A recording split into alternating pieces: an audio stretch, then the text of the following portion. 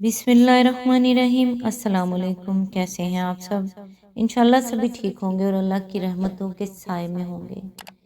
ए अल्लाह, कोई ज़ब्त दे न जलाल दे, मुझे सिर्फ इतना कमाल दे। मुझे अपनी राह पे डाल दे कि ज़माना मेरी मिसाल दे। तेरी रहमतों का नज़ूल हो, मुझे मेहनतों का सिला मिले। मुझे माल और ज़र की हवस न हो, मुझे बस तू रिज़्क़ के हलाल दे। मेरे ज़हन में तेरी फ़िक्र हो, मेरी सांस में तेरा ज़िक्र हो। तेरा खौफ मेरी निजात हो, सब खौफ दिल से निकाल दे। तेरी बारगाह में ए खुदा मेरे रोज़ो शब है यही दुआ। तू रहीम है, तू करीम है, मुझे मुश्किलों से निकाल दे। ए परवरदिगार, मुझे वो ताकत ना दे जिससे मैं दूसरों को कमज़ोर करूं। मुझे वो दौलत ना दे जिसकी खातिर मैं दूसरों को गरीब समझूं। मुझे वो इल्म ना दे जिसे मैं अपने सीने में छुपा कर रखूं। मुझे वो बुलंदी ना दे कि मुझे पस्ती में कुछ नज़र ना आए। मुझे वो सब कुछ दे जो मैं दूसरों में बांट सकूं और सब के बराबर हो जाऊं। आमीन। आज इंशाल्लाह सूरत अल अराफ की आयत नंबर 191 से स्टार्ट करेंगे। औज़ु बिल्लाहि मिनश शैतानिर रजीम। बिस्मिल्लाहिर्रहमानिर्रहीम। कैसे नादान हैं ये लोग कि उनको खुदा का शरीक ठहराते हैं, जो किसी चीज़ को भी पैदा नहीं करते बल्कि खुद पैदा किए जाते हैं। आयत नंबर 192। जो ना उनकी मदद कर सकते हैं और ना आप अपनी मदद ही पर कादिर हैं। आयत नंबर 193। अगर तुम इन्हें सीधी राह पर आने की दावत दो तो वो तुम्हारे पीछे ना आए। तुम ख्वाह उन्हें पुकारो या खामोश रहो, दोनों सूरतों में तुम्हारे लिए यकसा ही रहे। इसकी तफसीर है, यानी इन मुशरिकीन के मबूद उन बातिल का हाल ये है कि सीधी राह दिखाना और अपने परस्तारों की रहनुमाई करना तो दरकिनार, वो बेचारे तो किसी रहनुमा की पैरवी करने के काबिल भी नहीं, हत्ता कि किसी पुकारने वाले की पुकार का जवाब तक नहीं दे सकते। आयत नंबर 194। तुम लोग खुदा को छोड़कर जिन्हें पुकारते हो वो तो महज बंदे हैं जैसे तुम बंदे हो। उनसे दुआएं मांग देखो, ये तुम्हारी दुआओं का जवाब दें अगर उनके बारे में तुम्हारे ख्यालात सही हैं। आयत नंबर 195। क्या ये पाँव रखते हैं कि इनसे चलें? क्या ये हाथ रखते हैं कि इनसे पकड़ें? क्या ये आंखें रखते हैं कि उनसे देखें? क्या ये कान रखते हैं कि उनसे सुने? ए मोहम्मद सल्लल्लाहु अलैहि व आलिहि वसल्लम, इनसे कह दो कि बुला लो अपने ठहराए हुए शरीकों को, फिर तुम सब मिलकर मेरे खिलाफ तदबीरें करो और मुझे हरगिज मोहलत न दो। इसकी तफसीर है, यहाँ एक बात साफ तौर पर समझ लेनी चाहिए। मुशरिकाना मज़ाहिब में तीन चीज़ें अलग अलग पाई जाती हैं। एक तो वो असनाम, तस्वीर या अलामात जो मर्ज प्रस्तिश यानी कि ऑब्जेक्ट ऑफ वर्शिप होती हैं। दूसरे वो इश्खास या अरवा या मायनी जो दरअसल मबूद करार दिए जाते हैं और जिनकी नुमाइंदगी इस्लाम और तस्वीर वगैरह की शक्ल में की जाती है। तीसरे वो एतकादात जो इन मुशरिकाना इबादात व अमाल की तय में कार फरमा होते हैं। कुरान मुख्तलिफ तरीक़ों से इन तीनों चीज़ों पर ज़रब लगाता है।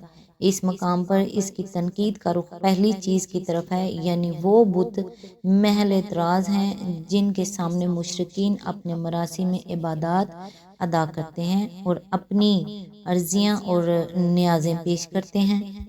आयत नंबर 196। मेरा हामी और नासिर वो खुदा है जिसने ये किताब नाजिल की है और वो नेक आदमियों की हमायत करता है। इसकी तफसीर है, ये जवाब है मुशरिकीन की उन धमकियों का जो वो नबी सल्लल्लाहु अलैहि वसल्लम को देते थे। वो कहते थे कि अगर तुम हमारे इन मबूदों की मुखालफत करने से बाज ना आए और उनकी तरफ से लोगों के अकीदे इसी तरह ख़राब करते रहे तो तुम पर उनका गज़ब टूट पड़ेगा और वो तुम्हें उलट कर रख देंगे। आयत नंबर 197। बेखिलाफ इसके तुम जिन्हें खुदा को छोड़कर पुकारते हो वो न तुम्हारी मदद कर सकते हैं और न खुद अपनी मदद ही करने के काबिल हैं।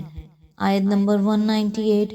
बल्कि अगर तुम इन्हें सीधी राह पर आने के लिए कहो तो वो तुम्हारी बात सुन भी नहीं सकते। बज़ाहिर तुमको ऐसा नज़र आता है कि वो तुम्हारी तरफ देख रहे हैं, मगर फिल वाक़या वो कुछ भी नहीं देखते। आयत नंबर 199। ए नबी, नरमी व दरगुजर का तरीका इख्तियार करो। معروف کی تلقین کیے جاؤ اور جاہلوں سے نہ الجھو۔ آیت نمبر 200، اگر کبھی شیطان تمہیں اکسائے تو اللہ کی پناہ مانگو، وہ سب کچھ سننے اور جاننے والا ہے۔ آیت نمبر 201، حقیقت میں جو لوگ متقی ہیں ان کا حال تو یہ ہوتا ہے کہ کبھی شیطان کے اثر سے کوئی برا خیال اگر انہیں چھو بھی جاتا ہے تو وہ فوراً چوکنے ہو جاتے ہیں اور پھر انہیں صاف نظر آنے لگتا ہے کہ ان کے لیے صحیح طریقہ کار کیا ہے۔ آیت نمبر 202، رہے ان کے یعنی شیاطین کے بھائی بند تو وہ انہیں ان کی کچھ روی میں کھینچ لیے چلے جاتے ہیں اور انہیں بھٹکانے میں کوئی کسر اٹھا نہیں رکھتے۔ اس کی تفسیر ہے، ان آیات میں نبی صلی اللہ علیہ وآلہ وسلم کو دعوت تبلیغ اور ہدایت و اصلاح کی حکمت کے چند اہم نکات بتائے گئے ہیں، اور مقصود صرف حضور صلی اللہ علیہ وآلہ وسلم کو تعلیم دینا نہیں ہے بلکہ حضور کے ذریعے سے ان سب لوگوں کو بھی حکمت سکھانا ہے جو نبی صلی اللہ علیہ وآلہ وسلم کے قائم مقام بن کر دنیا کو سیدھی راہ دکھانے کے لیے اٹھیں۔ ان نکات کو سلسلہ وار دیکھنا چاہیے۔ نمبر 1، دائی حق کے لیے جو صفات سب سے زیادہ ضروری ہیں ان میں سے ایک یہ ہے کہ اسے نرم ہو، متحمل اور عالی ظرف ہونا چاہیے۔ اس کو اپنے ساتھیوں کے لیے شفیق، آمد الناس کے لیے رحیم اور اپنے مخالفوں کے لیے حلیم ہونا چاہیے۔ اس کو اپنے رفقا کی کمزوریوں کو بھی برداشت کرنا چاہیے اور اپنے مخالفین کی سختیوں کو بھی۔ اسے شدید سے شدید اشتعال انگیز موقع پر بھی اپنے مزاج کو ٹھنڈا رکھنا چاہیے۔ نہایت ناگوار باتوں کو بھی علی ظرف کے ساتھ ٹال دینا چاہیے۔ مخالفوں کی طرف سے کیسی ہی سخت کلامی، بہتان تراشی، ایذا رسانی اور شریرانہ مزاحمت کا اظہار ہو، اس کو درگزر ہی سے کام لینا چاہیے۔ سخت گیری، درست خوئی، تلخ گفتاری اور منتقمانہ اشتعال طبع اس کام کے لیے زہر کا حکم رکھتا ہے اور اس سے کام بگڑتا ہے، بنتا نہیں ہے۔ اسی چیز کو نبی صلی اللہ علیہ وآلہ وسلم نے یوں بیان فرمایا ہے کہ میرے رب نے مجھے حکم دیا ہے کہ غضب اور رضا دونوں حالتوں میں انصاف کی بات کہو۔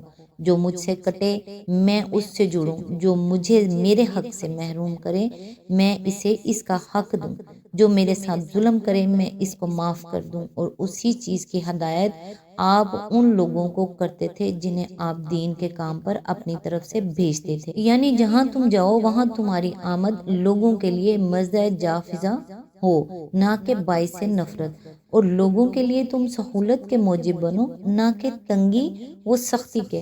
اور اسی چیز کی تعریف اللہ تعالیٰ نے نبی صلی اللہ علیہ وآلہ وسلم کے حق میں فرمائی ہے، یعنی یہ اللہ کی رحمت ہے کہ تم ان لوگوں کے لیے نرم ہو، ورنہ اگر تم درست ہو اور سنگ دل ہوتے تو یہ لوگ تمہارے گرد و پیش سے چھٹ جاتے۔ سورہ آل عمران آیت 159۔ آج تک کے لیے بس اتنا ہی، کیونکہ اس آیت کی تفسیر کافی لمبی ہے، تو نیکسٹ انشاءاللہ یہیں سے سٹارٹ کریں گے۔ تب تک کے لیے دعاؤں میں یاد رکھیے گا۔ اللہ حافظ۔